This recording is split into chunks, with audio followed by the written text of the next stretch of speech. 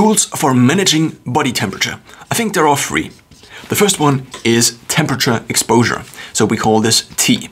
The second one is food quality. We call this FQ. And the second one, rather the third one, is called food quantity, also FQ. Let's first focus on temperature. Now, temperature exposure could be seen as what you do or to which temperatures you are exposed to. Usually it's the air temperature, I would argue.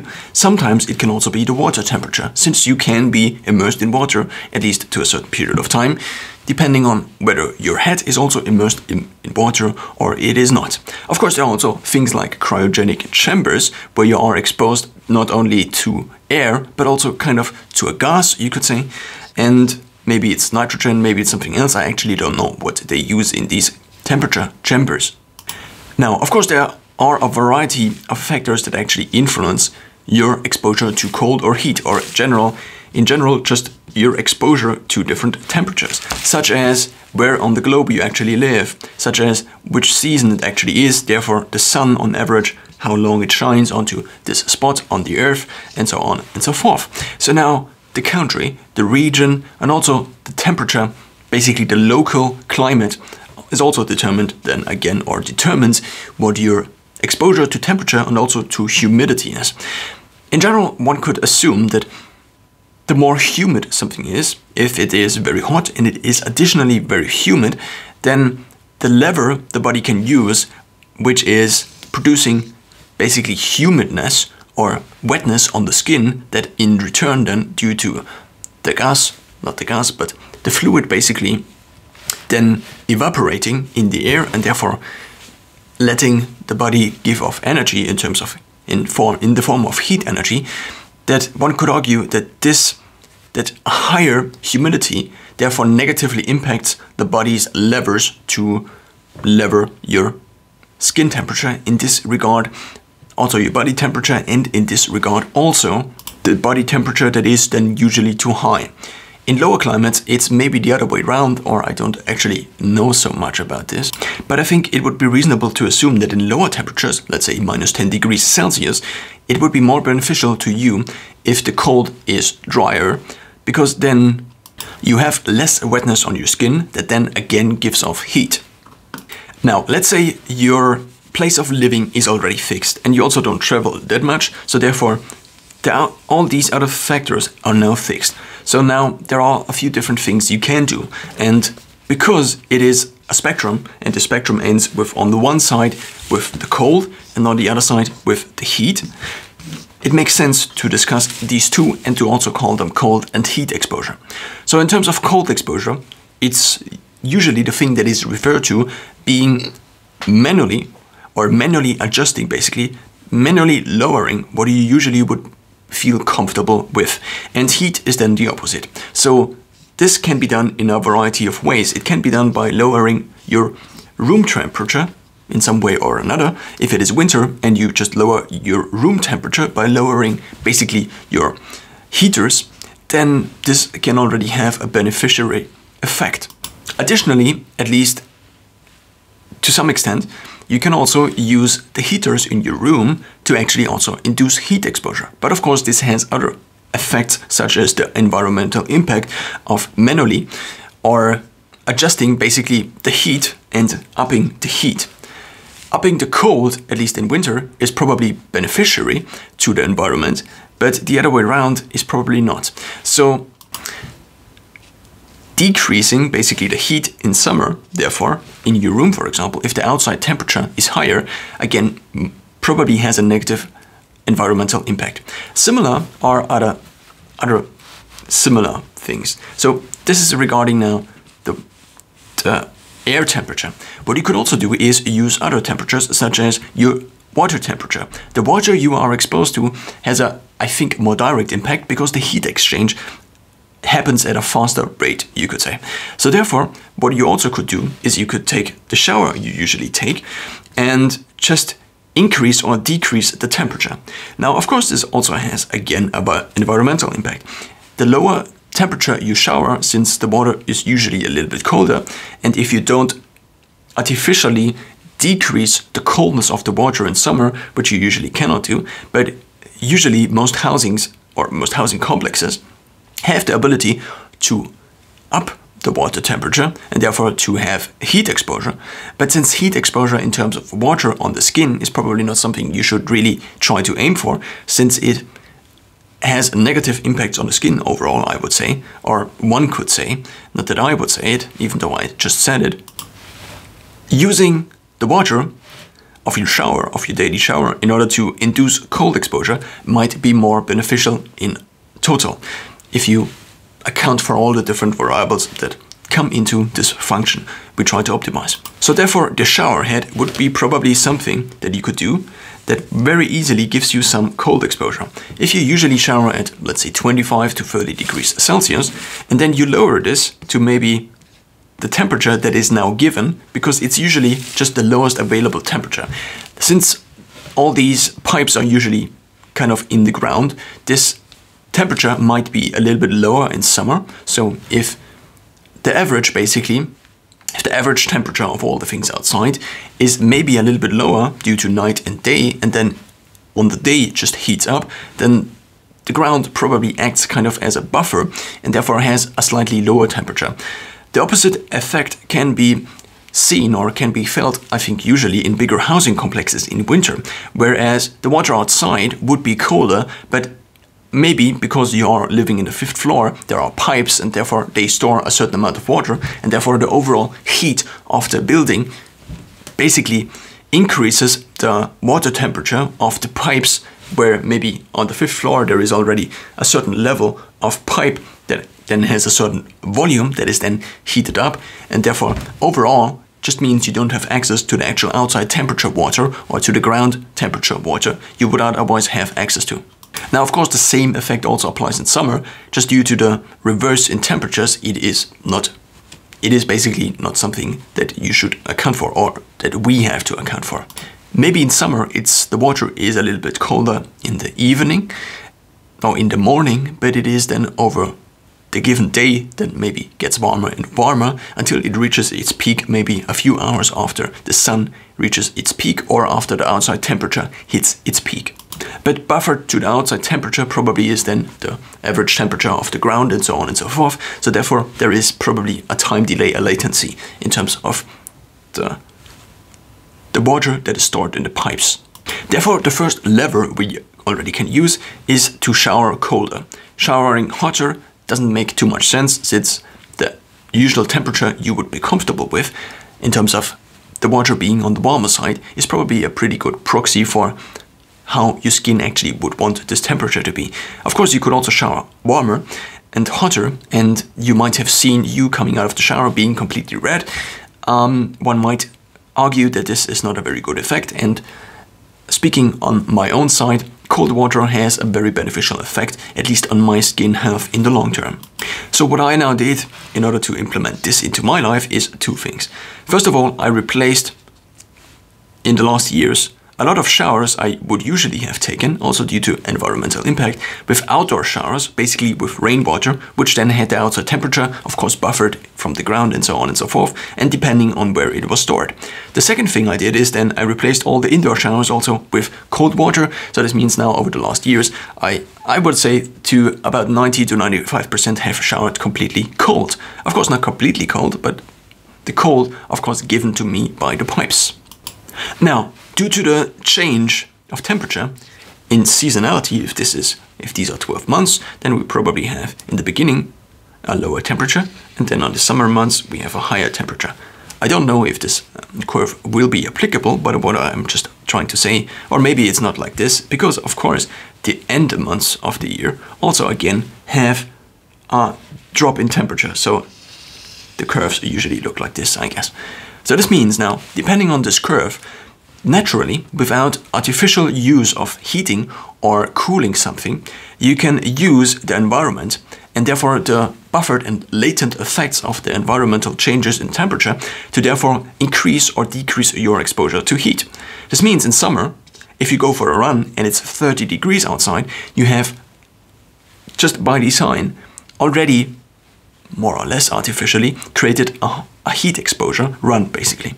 since you are already producing heat through the movement and through the activity of the muscles, and then additionally you have a higher external heat which you have to cope with, you now have heat exposure just by running outside. Even if it's the evening, what happened in the last months, for example, in this summer, is that I just had to cope with maybe 30 degrees of heat when running. So now, the same applies now for the winter, obviously. If you run in winter, what you can very easily do is, so in summer, so there is an additional layer to adjusting basically. And this layer is, if this is your body, then of course you can layer clothes on top of your body. And now the more clothes there are, the higher the insulating capacity of your clothes. And therefore the lower basically the latency, no, the higher the latency of the outside temperature, basically impacting your temperature and therefore impacting your need for temperature regulation. So one could argue that in summer, if you added additional layers of insulation, that then additionally decrease your body's ability to use the sweating as a lever to decrease body temperature with the already heightened outside temperature.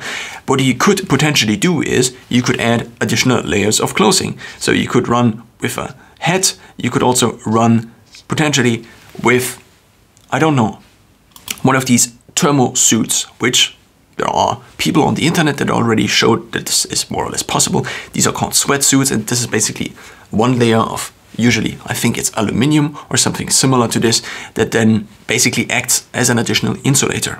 If you did then the same thing in winter, it wouldn't have that much of an effect, because compared to the summer, it would just have less of an additional heating effect. In general, one could say that what you are trying to do is basically, you're basically trying to force your body into having to adapt to a higher or lower temperature.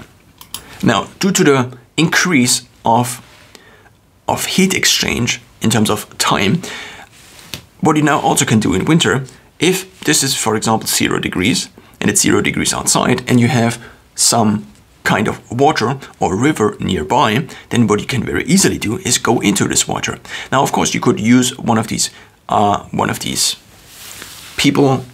divers neoprene suits or wetsuits, and therefore decrease the impact of the temperature on your body, since it adds an additional layer of buffer basically in between the water outside and the skin basically inside, or your body inside. So what you then could do is you could just remove these layers of clothing and basically either go in your underwear or in just bathing shorts into a lake that is covered with ice, or it is just 0 degrees, or maybe also it's 15 degrees Celsius outside, and you go into this lake. And therefore, since your body temperature is higher than this, there will be a heat exchange that occurs, usually on your surface, on the skin, and therefore there is an increased need for temperature regulation put on your body, and then acts as a stressor, and therefore overall probably increases your body's ability to react to these external pressures.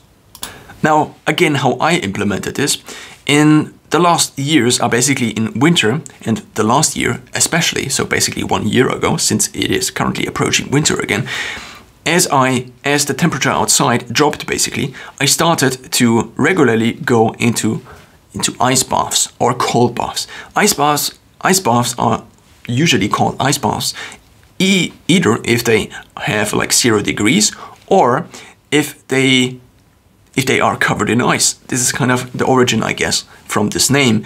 There is ice in the water, and therefore it's an ice bath. Now you can, of course, also put ice into water in the summer, but of course until the heat exchange in between the ice and the water has kind of reached kind of an average, and the ice additionally is still there, then you can kind of be sure that the water is 0 degrees Celsius. But you could also just, in many of these ice bucket challenges, they just have a bucket of water and then they throw the ice in, and if you don't wait long enough, then the water of course will still be warm and the ice will still be there. So therefore the overall efficiency of a process like this is therefore also dictated by how long you let the heat exchange in between the ice and the water occur. Now, given the water has an average temperature already reached, then I think it makes some kind of sense to use this as a lever. What I did in the last year is either 1 or 2 times in a given day, so basically after my workouts, in the morning, usually kind of a 10-minute workout, sometimes not, sometimes I did, and then I would go outside, shower outside, which sometimes was possible, sometimes not, due to the pipes and freezing and so on and so forth. And what I did is in the morning, I went for an ideally 1-minute ice bath, though the minimum threshold was 1 second, so I just had to get in once, and ideally I would hit 1 minute. The maximum I ever did was 5 minutes, and that was in an ice-covered outside pool, you could say. And yeah, that's my ice bath record, I guess. So if now these are the 365 days, if you at least use these, let's say, where the outside temperature in the morning or in the evening, or just the water temperature is maybe below or equal to 15 degrees Celsius, then I think you would already get some good benefits of the heat, not the heat, but the cold exposure that is naturally provided by you. Now, of course, this is influenced, or to which extent you can use this is influenced by your access to a lake or a river or something like this. In terms of me now choosing in the last few months my new living location, I actually also factored this in. Therefore, I have a river nearby, which I currently use only 1 time per week after the usual run. So I usually run about 5 or a few more kilometers 1 time per week. And this means I already am kind of heated up and I don't have to manually, so here's the thing. If you already did an activity before, then your body's temperature is already higher. Therefore, I think you need less mental willpower to then go into an ice bath, and therefore it's just easier. Maybe, of course, the benefits are also slightly decreased, but in general, I think it makes more sense to optimize for taking all the planned ice bath sessions rather than to maximize the efficiency or the intensiveness of 1 ice bath session. So currently I'm working with 1 time per week because the river is still a few 100 meters away, and so that's what I'm working with. What I also tried is to use this river in summer, but the problem was that in summer this river is just more on the dirtier side. So apart from the effect that in summer the water is also not that cold, but usually the water is just a little bit colder compared to the outside temperature, and also the outside temperature, because it is usually air we refer to as outside temperature, is again, in terms of heat exchange, it's just on the lower rate in terms of heat exchange, and therefore the body's ability to adapt to the outside temperature is in general, I think, lower, and therefore still getting into a water of any kind would make sense, and therefore has some beneficial effect. What I noticed is that going into the river that is then slightly dirty meant that I also additionally had to shower afterwards, which I also usually do at the ice bath. But since a lot of organic material tends to grow at least better in higher temperatures in summer, this river tends to be dirtier, and it seemed to have some negative effect on my skin, and I actually got something like rashes. So this is also maybe something to consider. In winter, the water is maybe just slightly on the cleaner side. I think we now covered cold. There of course are also institutions where you can get access to cryogenic freezing, not cryogenic freezing, but is it called cryogenic freezing? Cryogenic freezing is usually the thing that is referred to as the freezing of the body after your death, I think. So therefore this other thing, I don't know what it is called, but it is usually kind of one of these tubs, and then you can get in there, and I think there is something like... So the thing is just called cryotherapy. So the cryo, I think, stands for cold, and the genic is not here. Cryotherapy, sometimes known as cold therapy, is the local or general use of low temperatures in medical therapy. Cryotherapy may be used to treat a variety of tissue lesions. The most prominent use of the term refers to surgical treatment, specifically known as cryosurgery or cryoablation. Regarding what I am actually referring to, these cryotherapy chambers, so this is what one chamber of these looks like. You get in, usually then you immerse yourself up to the neck, and you then have different mechanisms which you can use to cool your body down. The one is called partial body cryotherapy, PBC, makes use of nitrogen to decrease the temperature. So it's not, I don't know if I previously said nitrogen or something else, but it seemingly is nitrogen, which by the way I think is also used when then using cryonics basically, so the long-term storage of people in the hope for medical advancements and to then be able to restore these bodies in the future. The second cryochamber is called the whole body cryotherapy, WBC, and makes use of electricity to reduce the temperature inside the chamber. There are also these kind of cold saunas where you can immerse yourself completely in, where you go in not completely naked, but usually also using the same effects we previously discussed. Then, I mean, if you go in there with a winter jacket, there is just less efficiency and less use for it. The big problem I see with this thing here, this cryotherapy, is that it is very high cost compared to something that is basically no cost to time cost using these other methods. So this is regarding cold. Additionally, you can do something that is what I call, I don't actually have a name for it. So what I additionally do is I go outside and I artificially create basically lower temperatures by just removing layers of clothing. So, practical example. Yesterday I ran and it snowed outside and I had a tank top, shorts and my barefoot shoes and sneaker barefoot socks, not barefoot socks, but sneaker socks in them. And that was my outfit for running. I only ran for 10 minutes outside, and sometimes I also did this already for like my normal run at not at 5 degrees Celsius, but at 5 kilometers usually, 5 to 6 to 7 kilometers, and then afterwards I did the cold exposure.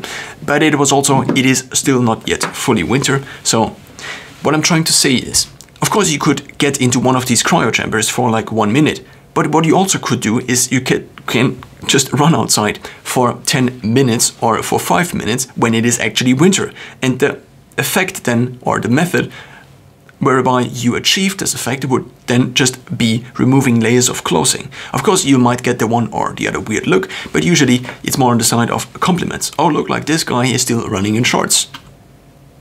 And if you already have maybe a little bit of a superiority complex, then this might additionally fuel this one.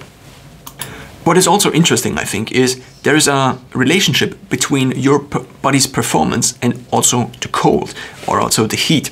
So since there is a need for basically an increased part of your body basically having to counter the effects of heat and cold, there are ideal temperature ranges for training. I think for running, for example, or general outside training, I think it's in between 12 degrees Celsius and maybe 16 degrees Celsius. I'm not really sure on that. Therefore, I searched it and it says between 68 and 72 degrees Fahrenheit, which I now have to translate or convert into Celsius. So 72 degrees Fahrenheit would be 22 degrees Celsius, which I think is not entirely accurate. 78 degrees Fahrenheit would equate to 25.5 degrees Celsius. At least in a running book I read a few years ago, it said anywhere from 12 degrees Celsius to maybe a little bit upwards of that. So maybe I'll have to additionally dig into this, but I think, at least for myself speaking, I try to wear clothes whereby I don't sweat in the entire run. So basically I'm on the colder side in the beginning, and if I would stay outside, which is also an additional risk, if you are outside having only your key for your apartment and minimal clothing basically for running, then as soon as you stop running, you stop producing the activity heat, and therefore you basically are in the risk of potentially undercooling your body and potentially freezing parts of your body, especially if it's 0 degrees Celsius outside or also colder than this. Now, depending on the environment in which you run, maybe the city or also the Antarctic, there might be different effects this has on your ability to then go back if you lose your keys, for example, or if you stumble or if you break a leg, and so on and so forth. So doing something like Wim Hof, going up to mountains in the cold when there is snow laying on the ground, is a potential health risk, because as soon as you hurt or injure yourself, you might have to deal with the consequences of you lying there for 2 hours maybe waiting for help, if there is help. So this, I think, is also something to think about. Also, for myself speaking, I usually go running in the early morning where there are barely people outside, and if I then lose my key, let's say I'm running over a bridge and this is a recent example I also used because I am actually running over a bridge. And if then I have my key in my hands, because I don't have a dedicated pocket in my shorts and so on, then I lose them because I stumble and then lose them and throw them into the river, then I basically have just lost access to my apartment and also to my housing complex. If additionally then my Galaxy Watch is not able to call people because it is low in battery, which often happens, then of course maybe I could figure something out, but at least the things I planned to have figured out to then get access to my apartment again would be the direct things that I planned would basically, I would have lost access to these, that's what I'm trying to say. And it would make other things more difficult. Heat exposure now on the other side can be induced by artificially inducing heat or by again using the environment. So again using the temperature curve, if you use this part of the year, basically if this is half of the year, and you use these, and I now notice that I previously stated that of course it is in winter these parts of the year you use and not the other ones. So you don't use the peak basically, but you use the lows of the temperature curve. But if you now want to try to induce heat, you can use the same mechanisms we already discussed, which is add additional layers of clothing instead of removing these layers of clothing. But since I, at least in terms of running efficiency, try to usually, when I run, what I try to do is I try to progress with my physical performance. Of course, if I occasionally induce more heat, this can maybe impact positively my long-term ability to run faster, for example. But in the short term, it basically decreases the intensity at which I am at a given level of willpower and a given level of fixed outside temperature, and other factors such as the nutrition and so on and so forth am able to run. Basically. So it decreases basically the running efficacy or the efficiency in the short term because it decreases the level at which I am able to perform at, the intensity level. If we assume intensity is all other factors fixed, just how intense your run appears to you. So you could also say how much stress there is put on your body. But I think it would be not very reasonable to now in summer, for example, run with full winter clothes all the time just to get the benefits of heat, because you still have to weigh the factors, to weigh the different training effects. And I think the training effect of running faster might be more beneficial than to run faster with heat exposure or cold exposure every time. Whereas cold exposure, in my experience at least, increases what I am able to perform at, also because I'm not noticing me sweating. And also there seems to be more and more evidence, as discussed by Andrew Huberman on his podcast, whereas cooling your core by using your hands and also your feet, because there seems to be some kind of mechanism whereby if this is one of your limbs, so if this is one of your limbs, then there are arteries and veins going there, and here somehow they have to change direction. And I think it's because of this mechanism that when they are changing direction, that here, if you then have increased heat or increased cold, that the temperature basically the temperature that is provided to the body by at least the blood vessels is then increased at a faster or slower speed depending on the heat or cold.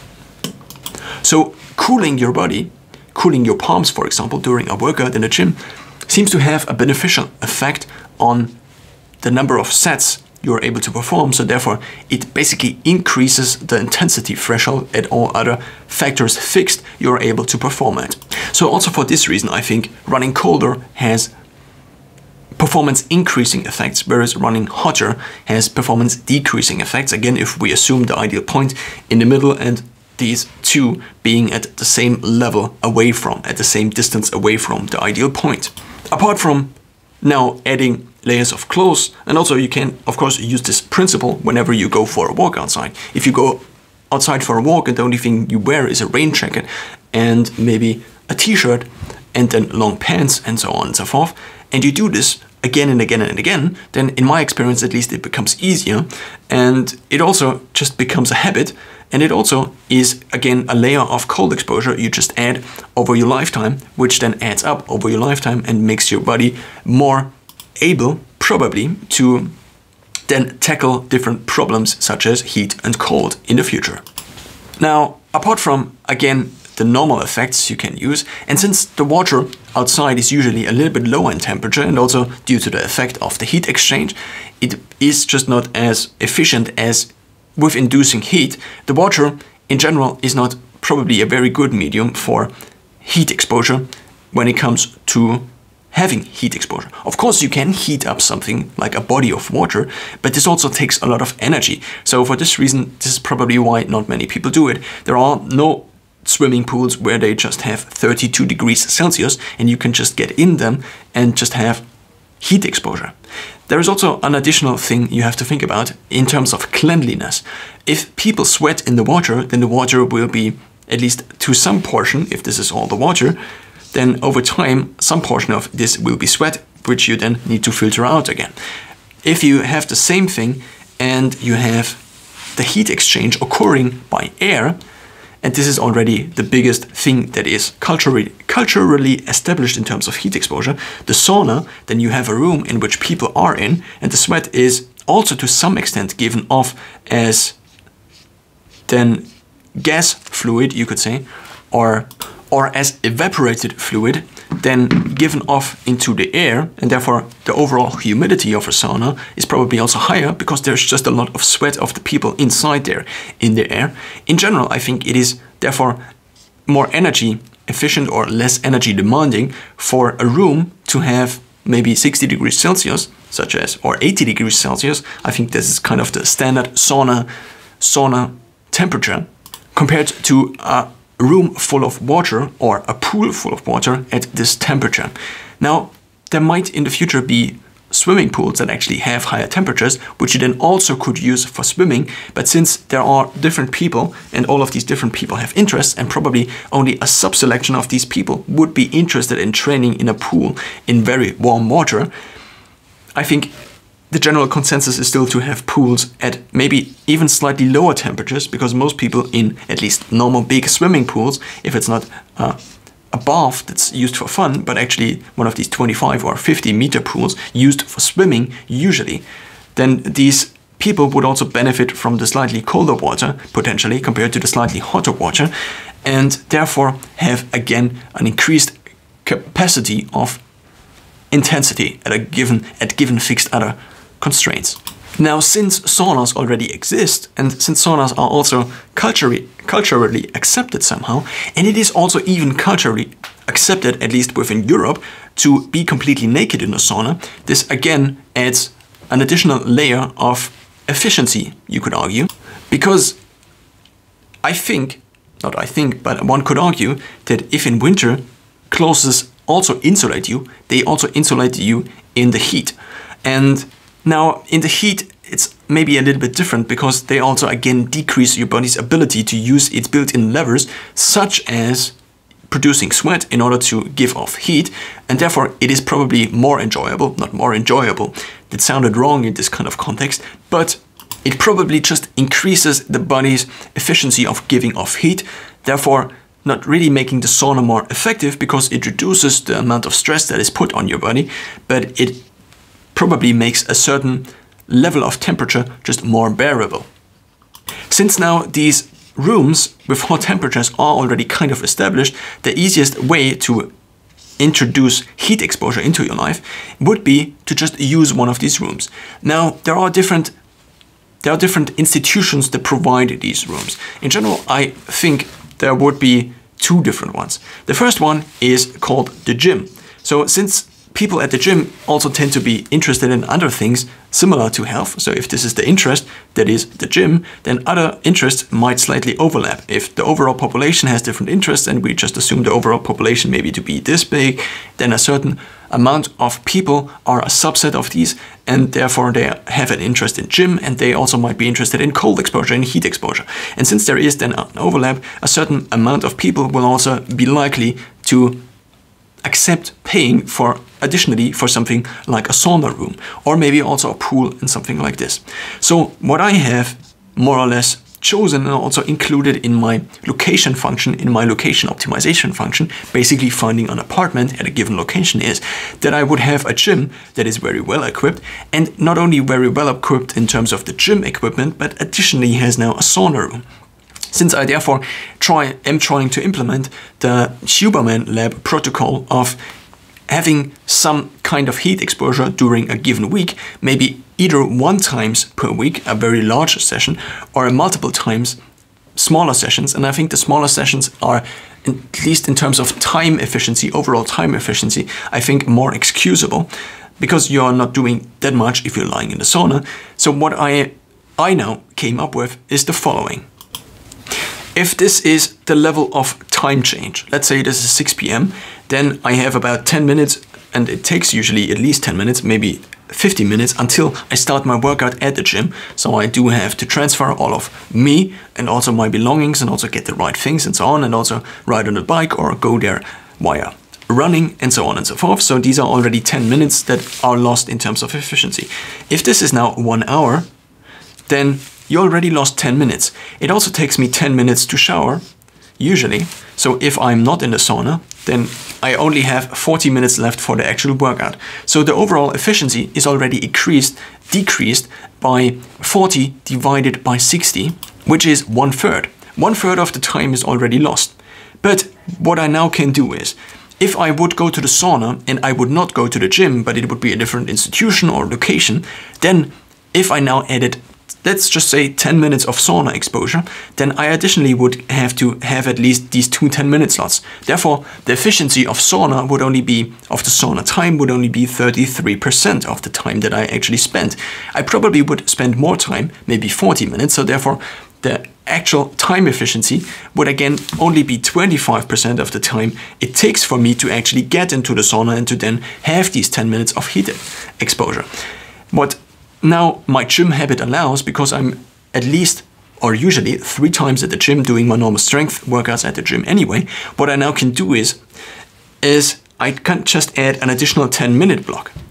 And the 10 minutes here are only basically until I am showered at the gym or I run again home. But if I run again home, it usually means that I am totaling 70 minutes. And the same is true also if I'm showering at the gym. So therefore the time efficiency is even worse, because usually the next 10 minutes are going back home. So therefore for a 40-minute workout, or maybe usually only 30 minutes of workout, I have to invest 70 minutes of my time until I again am at reset level and again can start doing things, practically speaking. But what I now additionally can do is I add an additional 10-minute layer and therefore increase the overall time it takes me to 80 minutes. But I now have the benefit of exchanging these 10 minutes of additional sauna. So of course this then would be the sauna here, and this would be the 10 minutes would be getting ready and getting back or traveling to the next spot. Maybe it's a co-working space, maybe it's the next location, your restaurant at which you have dinner, or it is your home again, or you're meeting up with friends and so on and so forth.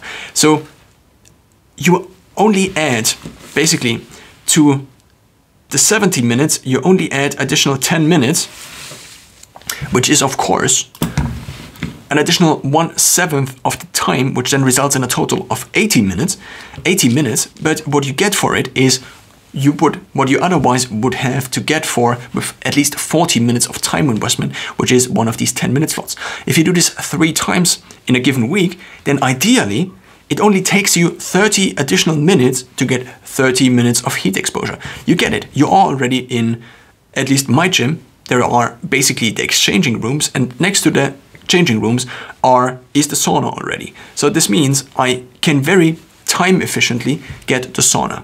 So now this is the first option. Now you could either now choose your location, but of course for many the living location is already quite fixed over the next years maybe, according to the location of a gym that also has a sauna. But maybe you're living in a smaller city where there is no gym, or maybe there's no gym with a sauna, or maybe it costs like 200 euros a month. So what I'm currently paying is 35 euros, I think, for both of these benefits. What I would pay without the sauna, and there is also a small swimming pool, would be, I think, 28 or something like this. So I do get the additional benefit. a friend of mine actually in the same location, so we are living with a neighbor of mine, actually did have normal sauna, and it cost him anywhere from 50 to 100 euros basically a month. So the 10 additional euros I pay at the for the sauna at my local gym does make a huge difference also in terms of basically money efficiency or financial efficiency. Now the other option is to get into a sauna room in a general wellness area. This wellness area now could be a public swimming pool or a public swimming bath, you could also say. So the first option is the gym, and the other option is just something different. Maybe it's an entire institution dedicated to offering different kinds of saunas. But usually it's a swimming pool that also additionally has a sauna. So what you could do is potentially, again, have this similar effect, which is also probably why these saunas usually exist at these locations, because of the time efficiency effect. And also because of the interest effect. Because again, the subset of people that would like to swim at a place are also, maybe there is a subset, an intersection basically, of people who are also interested in heat exposure, at least in terms of sauna speaking.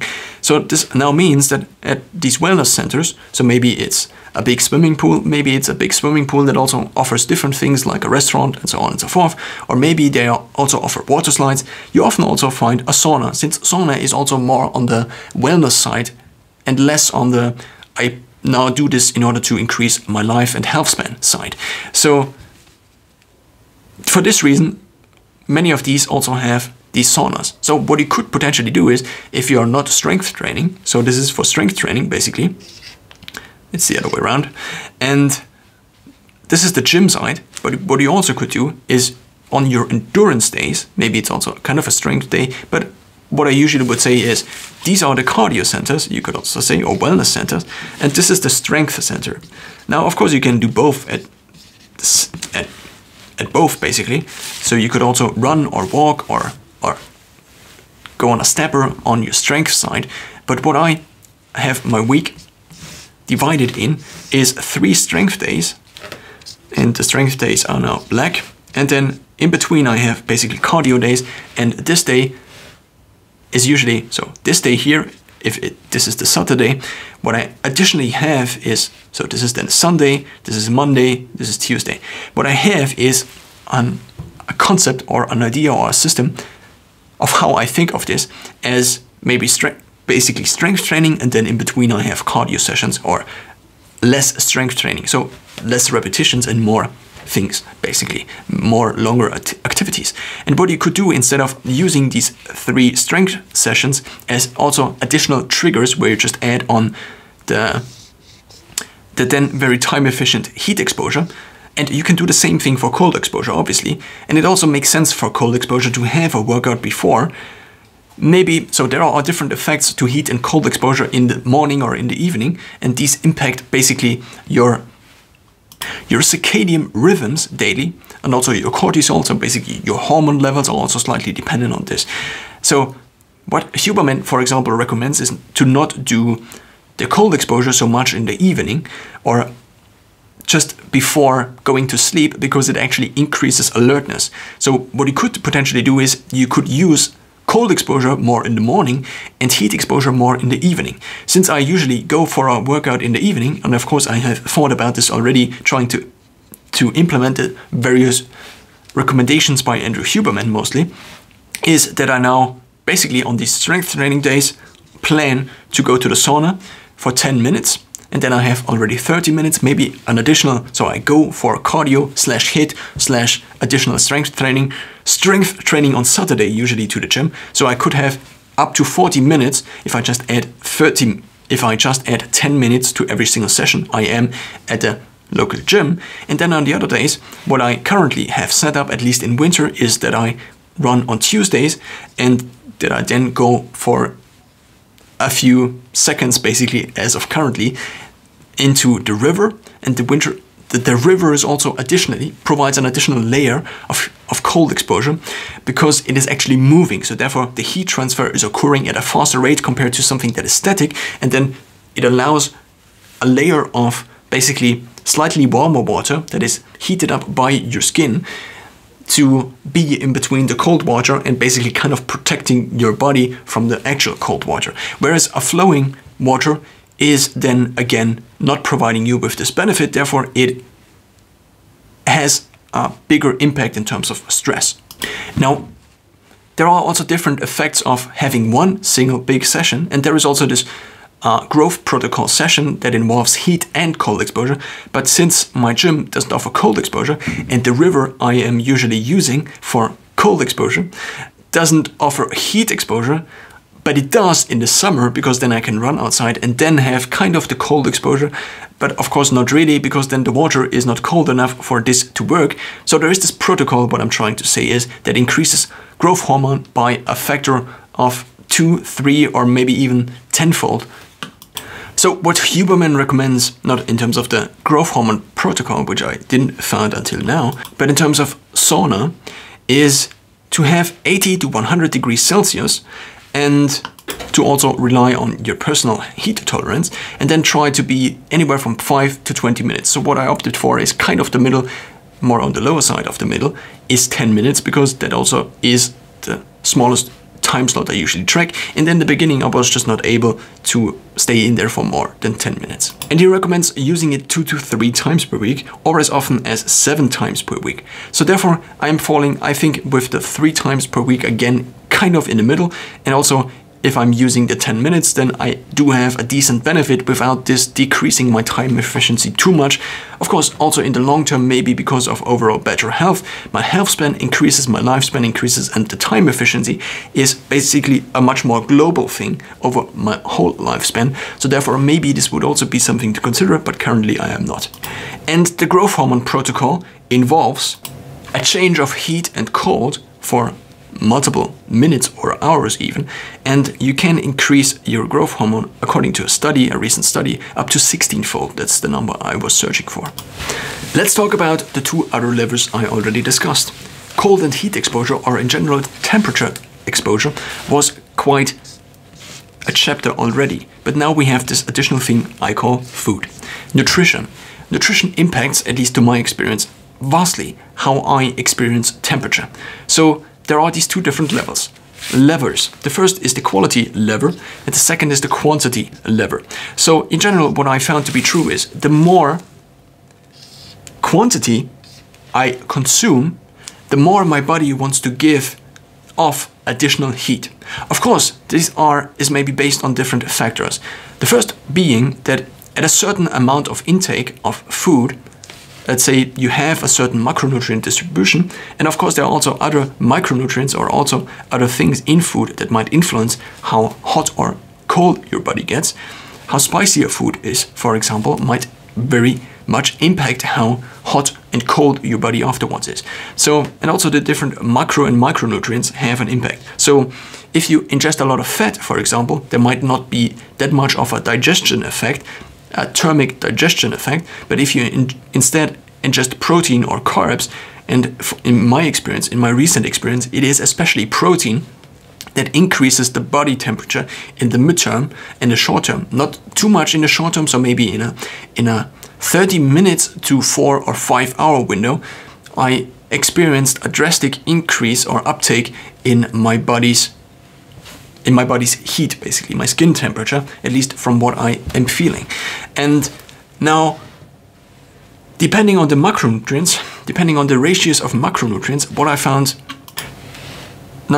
but this again is an additional lever. But if you increase or decrease the amount of food you eat in total at a fixed given macronutrient distribution, because your nutrition probably is over the long term kind of stable, I would argue, or one could assume, or one has to assume if one then wants to vary a variable in order to get some result in this model. What I realized and recognized over the last years is if I decrease the overall caloric intake I have, so maybe I go 200 kilocalories less and less and less, then what I noticed is that my body temperature decreases drastically. So things like going outside in just a tank top at 0 degrees Celsius or at 2 degrees Celsius in winter, then seems to be almost impossible in terms of the thinking model I am using in terms of judging whether this activity is something I can do. So I tried basically to cut my calories in summer, for example, and what I noticed is even at 30 degrees Celsius outside, of course I did not stay that long outside, but I stayed outside, I'd say I stayed basically all day in a room that was cooled, at least to some extent. What I noticed is that even at this high outdoor temperature, and even if I had a long, so basically normal pants on and not shorts, then I didn't sweat. And compare this to me running outside yesterday in the morning, I even felt kind of the slight edge of being about to sweat as I sprinted and as I did like running technique sessions in between, so basically interval training. So basically what I'm trying to say is, in terms of overall quantity, the higher the intake of food is, the higher basically your caloric intake is, the easier it is, I think, to do cold exposure. And the harder it is to do heat exposure, since your body gives off more heat that is automatically, more or less, produced by the process of digesting the food, but also there seems to be just a bigger thermogenic effect in addition to the normal thermogenic effect, and this effect might be explained with your body just having too many calories it cannot store at a given fixed rate of digestion. Of course, over the long term it could store them as fat, but maybe in the short term it cannot store them as fast or quick as fat, or maybe your body is not adapted to storing that much as fat because you don't have that many fat cells yet, and so on and so forth. So maybe what I'm trying to say is that your body might just increase your body's heat, your overall body temperature, in order to then use the effect of the heat evaporating from your skin in order to get rid of unnecessary calories it cannot store otherwise in the short term. In addition, now tinkering with the protein, tinkering with the macro and micronutrients might also result in different effects. What I noticed is, at least to some extent, if I consume things that are a little bit more on the spicy side, like having more vinegar in there. So what I'm currently experimenting with is a kind of a meal prep food shake, and therefore I can more or less control the different variables that go in there because I prep it for an entire week, even though I do eat additional things. This is just the basis of my nutrition. So now, what I noticed is that if these are your macronutrients, and these are the different portions of your macronutrients, then if this, for example, is a ketogenic diet, and this here is fat, we call fat F, this here is protein, called P, and these here are the carbs, called C. And of course, in a ketogenic diet, you try to keep them below 25 or 50 grams, depending on your body weight and height. Now, what I noticed is that the carbs also have some thermogenic effect, but the biggest thermogenic effect provided by an increase of the macronutrient thereof seems to stem from protein.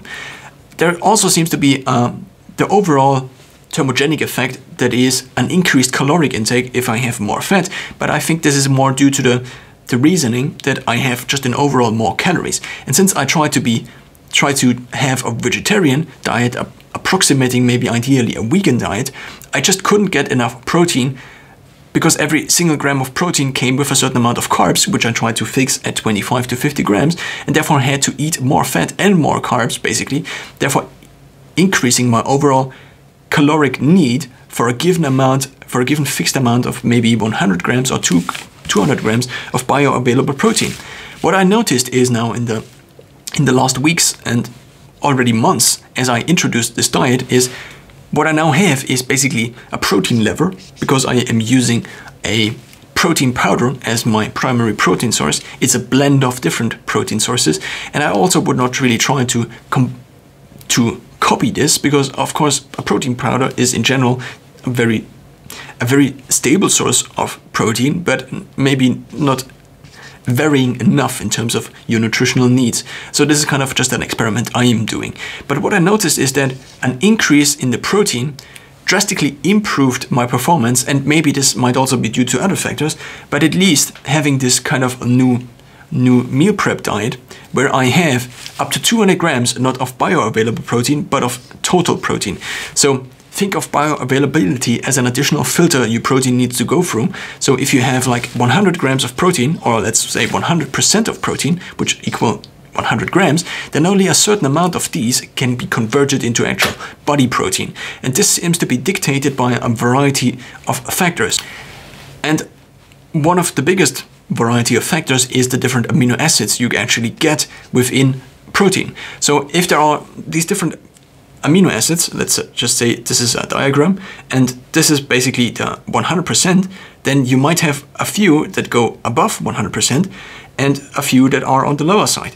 So now you might have, for 100% of intake of all of these, you might have different needs. Of course, the needs might also vary over time, but if you have, for example, this and this spike here, the average protein, I would argue, is probably the calculation of the average of all of this protein.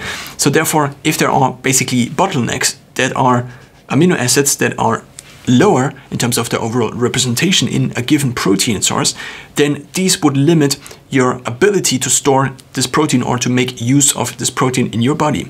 So therefore, bioavailability is the concept that you can only use a certain amount of the actual protein you intake. If you then have 200 grams of bioavailable protein, or not bioavailable, but in my case now 200 grams of total protein, this might, depending on the source, and there seems to be an argument that plant-based sources have in general just a little bit less of bioavailability compared to vegetarian resources like eggs and so on and so forth, or dairies. And again, going back to meat, this seems to be more on the higher side of bioavailability. Of course, now there is an additional effect that combining different protein sources averages the amino acids out and therefore gives you a higher bioavailability. So now if I want to have at least 200 grams of not bioavailable but 200 grams of total protein in my diet, what I am trying to achieve now, not depending, but based on the different calculations for how much protein you actually need. And there is of course a range, and I decided to go on the higher part of the range, but also then accounting for bioavailability, I'm maybe not on the higher range, since this is vegan plant-based protein powder. What I'm trying to say here is that the increase in protein seems to have had a significant effect on my ability to endure the cold and to go outside like this on a day where I was maybe fasting, for example, till the evening, and then in the evening I would have to do the cold exposure, which I also tried over the last winter with these 2 sessions in the beginning of the day 1 minute and in the end of the day 1 minute, was significantly harder compared to then going for a run and then doing this afterwards. Also, the other sessions were after sport activity, but maybe due to the higher protein intake, this seems to be the case, that it is just easier because your body has kind of more energy available, and also not in general more energy available, but think just of the energy that is available at any time in your body. I think there are 2 sources you can think of. The first one is your body's ability from the already in tissue stored energy to produce a certain rate of energy. But there is also something else. If you have ingested food previously, then this also acts as a source at a constant rate that provides energy to you actually. So if you just ate, let's say 100 grams of any kind of carbs, then these are very easily transferred into your bloodstream. And so therefore your body maybe needs to produce like 50% less of the energy from its actual internal sources, because it constantly gets basically this additional benefit of the carbs. Now, digestion also negatively impacts your performance by using your blood and by also using just in general a lot of your resources. So there might be a net benefit, there might also be a net downside to this. I can't exactly state, but what I am trying to state is that if I had my energy intake, so what I usually try to aim for in the last weeks, months, years at this point in time, is to have my energy intake largely in a short time window, basically 1 meal a day, and in the evening, not too short before I then go to sleep again. And if my energy intake is here, but my activity is here, and also my cold exposure is basically here, and in the morning here, then in the morning cold exposure, I still have kind of the effect of more food being available and also maybe more energy from digestion being available, because if I sit in a cold tub, then I don't have physical activity.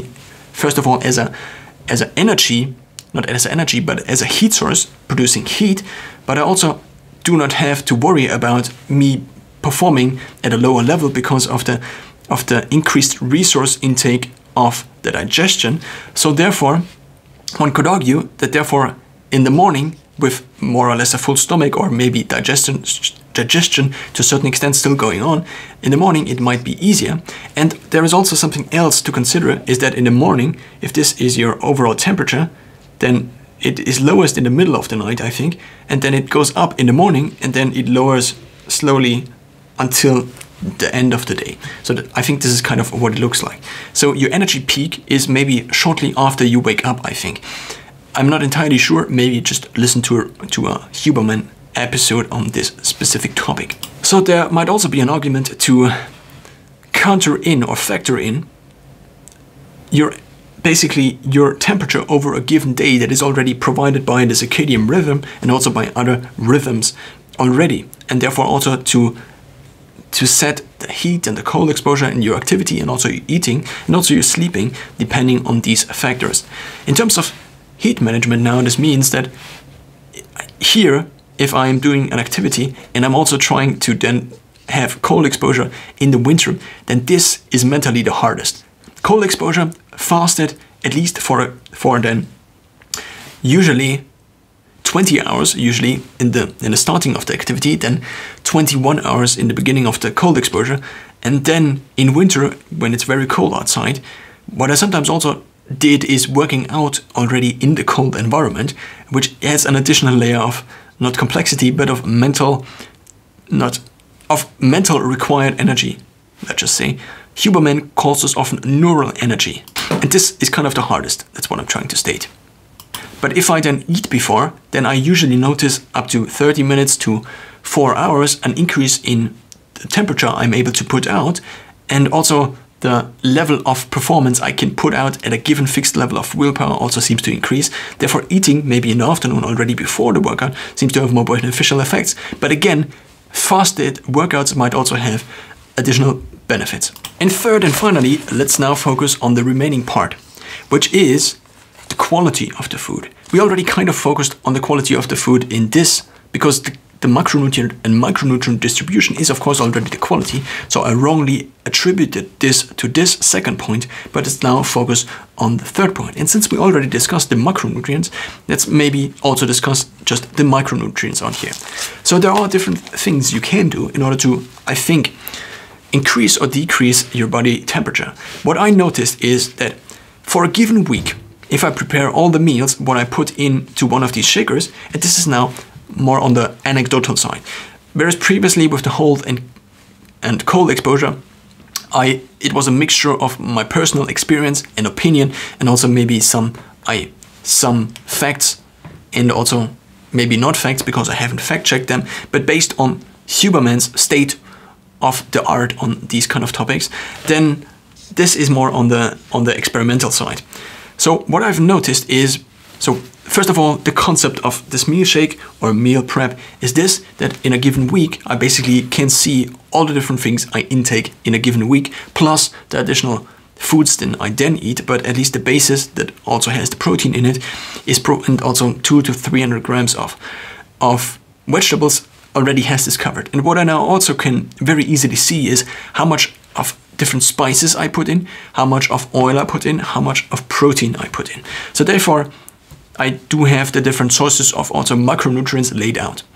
I could also therefore increase the protein, decrease the protein very easily for a given week by just doing this once in a meal prep, and I would not have to have manually to figure this out all the time while eating and calculate it all the time, which is something I think one is not really able to do, or maybe has better things to spend neural energy on.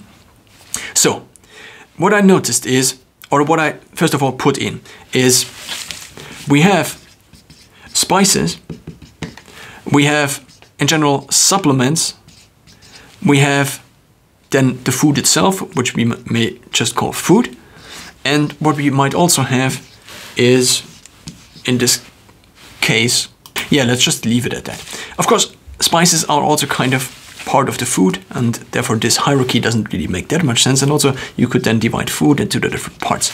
What I'm trying to focus on is, because we already discussed the food and the different effects of the macro and micronutrients, at least to my experience, on body temperature and also on given endurance of heat and cold exposure, is the effect of spices. So within a given week, I try to aim at 1 scoop of a given spice, 1 either table or teaspoon. So if it's for a given day, then I usually just eat 1 teaspoon of cinnamon or 1 teaspoon of pepper, and I just put this into my kind of daily nutrition. For a given week then, because it seems to average out, I just take 2 tablespoons, maybe tablespoons that are more like this. And what I noticed is that if I have more spicy things, so more on the vinegar side, but also more on the side of pepper, so spicy, actual spicy spices, then my temperature also might increase. And so maybe the temperature effect of this new experimental diet I'm currently trying is not so much only based on the amount of protein I then increased or have available at a given point in time, but might also be influenced by the spices. Not for no reason, the English word for something being very spicy is hot. So hot is basically the equivalent of something being, so in different languages there are different words for what people use to describe the same phenomenon. And in German, for example, it is called scharf, which would in English be translatable to maybe sharp. And it is also used for the different scenarios where sharp otherwise would be used for. So a sharp knife and a sharp diet would be kind of going into the same direction of the effect, you could say. But in English, it is just called hot. So therefore there seems to be, I think it would be reasonable to assume that there is something that has influenced this choice of words. So therefore, I think it would be reasonable to assume, based maybe just on this language, that hot and sharp basically have the same kind of meaning because they have a correlation in effect, which is an up-regulation of, at least in the short term, of your body temperature. So basically increasing sharp or hot spices and maybe also increasing vinegar, because they also tend to be more on the acidic side, not more on the acidic side as the spices, but they tend to be more on the acidic side, whereas spices are not, I think, so much more on the acidic side, but they just seem to have an effect which I cannot really explain. And I also do not have knowledge about it, therefore it wouldn't make sense to try to explain it, and therefore have maybe an increase of temperature as a short-term effect. So by varying the spices and by varying the amount of pepper you put in, or the amount of paprika you put in, or the amount of bell pepper, so maybe actual red peppers and so on and so forth. So basically the spicier the food is, the more maybe your energy output also increases, and as a result, not and, but as a result of these spices, or this uptake in spices, intake in spices, you could say. Supplements might also have an effect, but I do not have neither anecdotal evidence on this, nor other evidence. I do only take a multivitamin and multimineral, and also omega-3 fatty acids, which of course I also calculate with the overall nutrients, but I therefore don't have any anecdotal evidence for this, and also no data evidence for this. Regarding the supplements, if you take something like creatine, if you are on different medications, this might also contribute maybe to a change in temperature, and also to a change in how much neural energy for a given temperature exposure is required, but I do not have knowledge of this. Now, of course, again, speaking in terms of food, there are maybe 3 different diets you could, or maybe it's just 2. Basically, everybody knows, or everybody assumes to a certain amount, protein is kind of necessary, at least in the sports world. So therefore, we could call the one diet approach a low carb or keto-ish approach, and the other one just being on the high carb side. And since protein in both seems to be kind of reasonably high, then these are the 2 different approaches you can take. What I found is the ketogenic approach, also this is kind of more on the thinking why this seems to be the case side. Or let's maybe just discuss the carb side first. If I'm on the carb side, then this is now my part. If I'm on the carb side and I then do cold exposure, I have to spend a lot more neural energy or willpower in order to achieve the same level of result, not jumping out of the cold tub in the winter. Whereas if I'm more on the ketogenic side, I kind of know that it is hard, but I'm able to suffer more because I can control what my body and my mind is doing more if I'm on the ketogenic side. This might be due to the neural effects or the psychological effects of the ketogenic diet, and this is an entire different discussion, but it also just might be based on the assumption that for basically producing heat in the very short term, you can use two different mechanisms. The first is muscle shivering, so your muscles basically producing heat by shivering, by using, at least in the short term, mostly carbs, and also depending on how much performance is required from the muscle.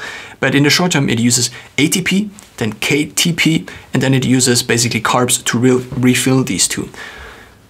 But since on the ketogenic diet, a higher percentage of the actual required energy is already provided by fat, it might just be a little bit easier for the body to also then produce a little bit more heat with the fat.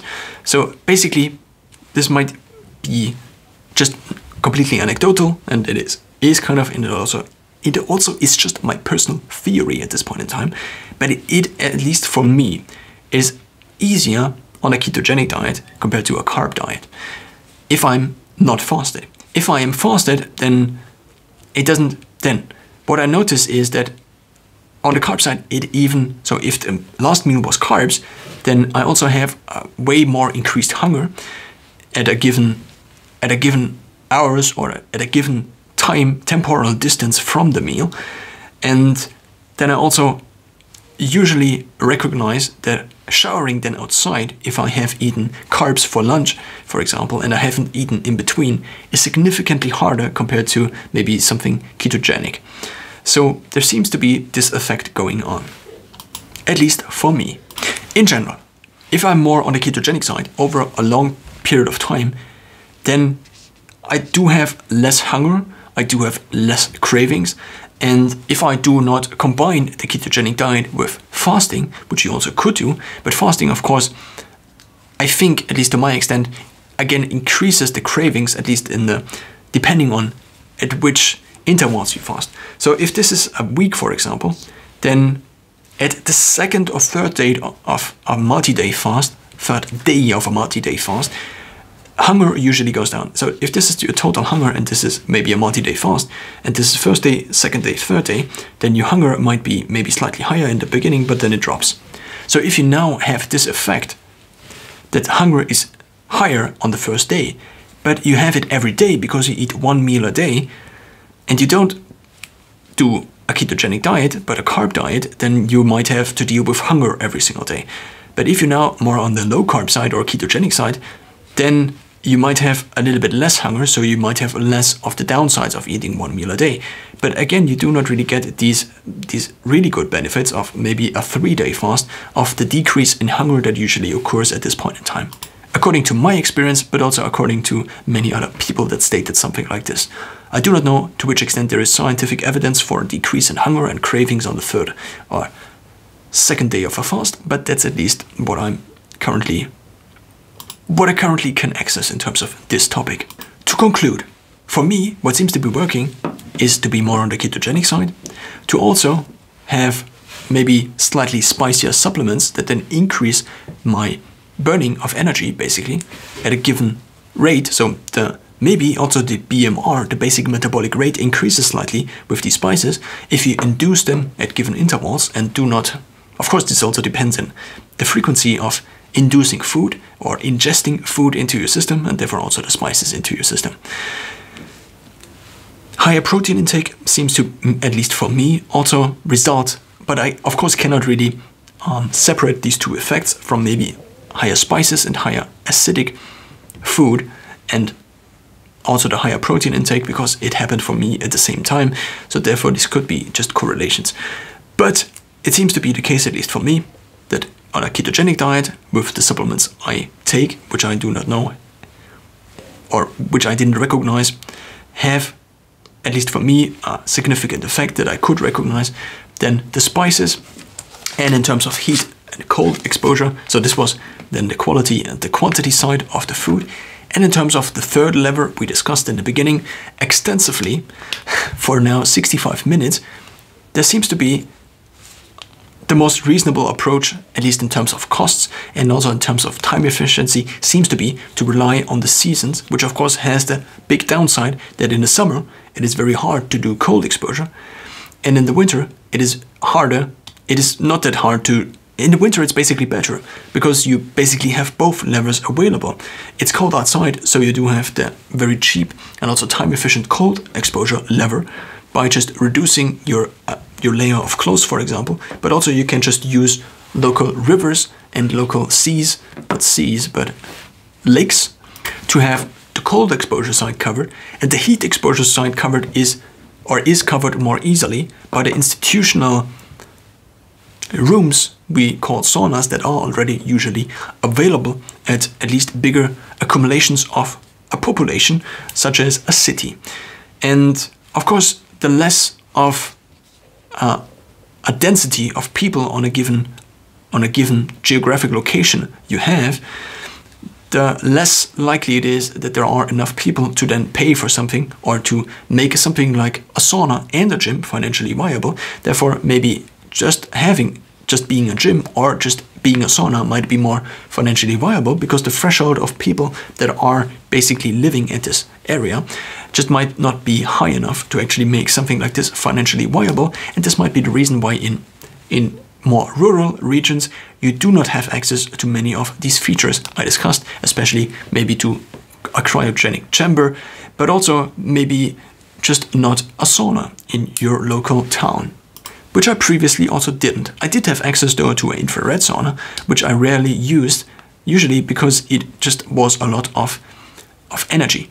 There is also an argument to be made if you have a room that is the sauna, and within a given hour there are maybe 20 people using this, maybe for 10 minutes, maybe for 5 minutes, that go in and out of this room, then it might be more energy efficient, and also for an entire nation and also for an entire country or an entire gym, to use this room and to have it heated up compared to 20 individual rooms that you would have to heat up and cool down. And also, of course, there can be better. So basically there are scale effects. That's what I'm trying to state, because the insulation in a bigger room has to be just a certain insulation, and in a smaller room at the same density, not at the same, but at the same effect of the insulation per unit has to be bigger in terms of how much material is actually required for the insulation.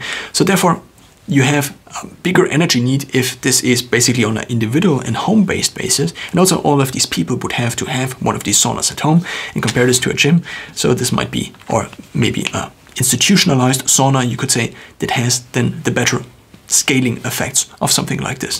There might be other levers, but I did not include them because, at least to my experience, these 3 levers are the most important levers I found. There are also levers like sleep, for example, but we just assume that sleep now, for now at least, is fixed. Of course, the longer you sleep, at least to my experience, not of course, and also only to my experience, the more you sleep, or if you are sleep deprived, then you are, I think, more likely, or I am at least more likely, to be then more on the not so keen to experience cold exposure side. But if I'm well rested, and maybe it's the morning and I overslept, for example, then I often, if it was already the time at which I would go out to the cold exposure, then I found myself just very easily being able to go outside. Of course, this also depends on how cold and hot you sleep, but in general, I think this is now, at least to my knowledge, is the overview, and also mostly on my anecdotal knowledge, this seems to be an overview of the 3 different levels that you can use in order to increase or decrease your skin temperature, your body temperature, and also your ability to endure either hot or cold temperatures.